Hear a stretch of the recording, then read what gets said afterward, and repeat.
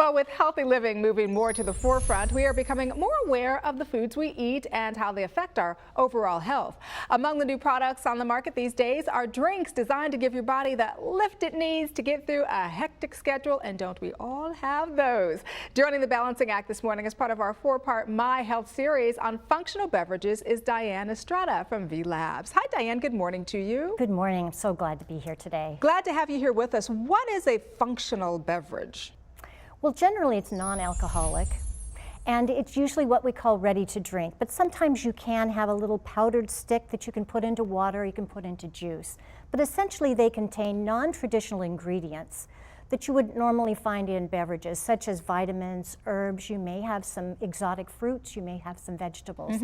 But they're actually designed to bring health and wellness, and sometimes even disease prevention. Nice. Here's the thing, I don't want to name names, but I have seen those drinks, I've seen the commercials, you have too. They're supposed to give you that big boost and give you this big jolt of energy. Is what you're talking about the same thing? Well, the very first functional beverage was an energy drink. Okay. However, those particular energy drinks that we've seen, the balance and the formulations were probably not right, because what you have in those drinks are very high levels of caffeine, sugar, and also a product called taurine. What that does... I've seen that in a lot of these drinks. What is that? Taurine is a stimulant, and so when you put high amounts of sugar, caffeine, and taurine together, it spikes the blood pressure significantly because it constricts the blood vessels, causes the heart to beat faster, and it sets up an artificial condition in the body. So you think that you're energetic, but it's actually putting a tremendous stress on the body. And as you're metabolizing those high concentrations of sugar and caffeine, boom, you go crashing down. That's where you see these highs and the crashes. So that is an example of not a healthy functional beverage, but it is in the category of functional. So then how do we know if a functional beverage is healthy?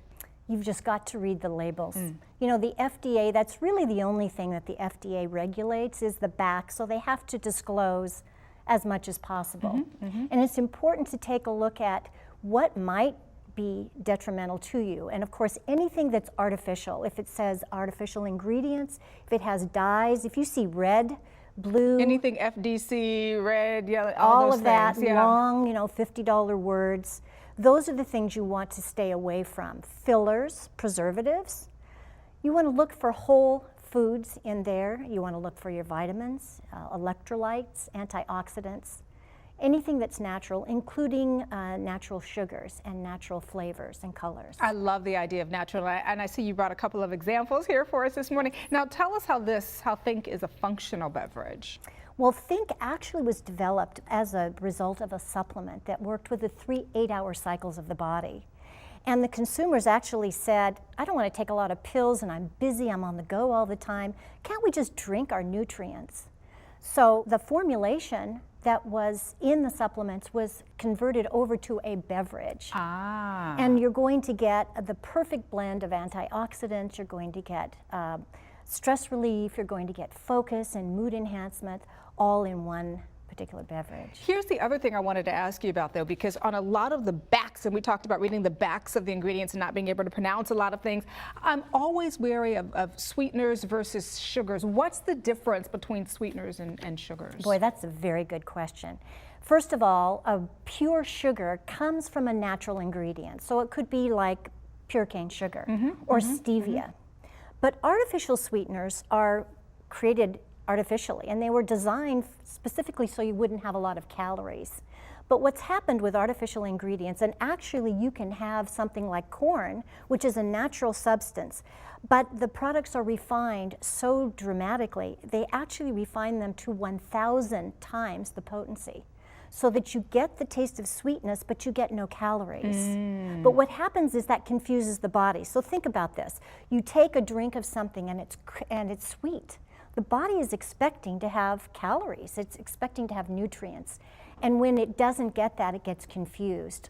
Also, there's really been an awful lot of research about some side effects of artificial sweeteners, and particularly for women, headaches, migraines, and even fibromyalgia.